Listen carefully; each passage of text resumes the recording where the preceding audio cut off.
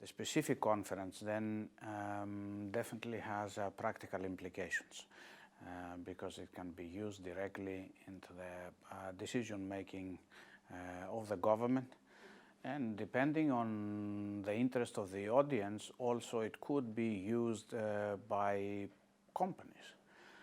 Now this particular one at this point doesn't have a lot of participation from the private sector, but definitely it can produce products, and we have seen this here. A lot of things were presented that are useful for decision making in particular sectors, in particular technologies, for the sort of 3 to 10 years out.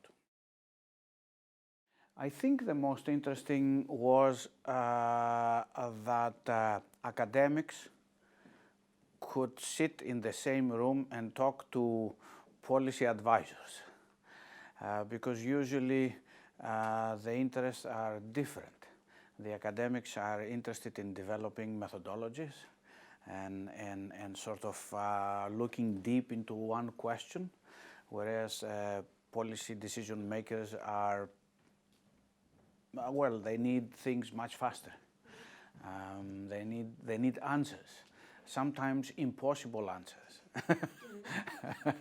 And thus the two sides do not communicate always very well, but I think the organizers, and I talk about now the part of the conference that was managed by ESEC, because that's the one that I attended. So ESEC did a very good job actually in putting everything. If anything, it attracted a lot of people. Most of the sessions were packed to the rim. We could not breathe in.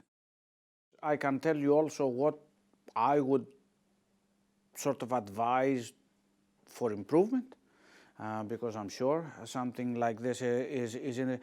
I would actually try to attract a little more industry here, and I will tell you the reason why. Because now in all advanced countries, industry spends at least half of the money on research and development, on creating new things.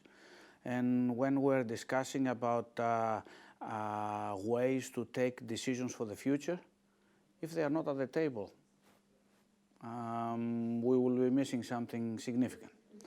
So somehow they need to be attracted to these events, especially larger companies that have significant input in decision making.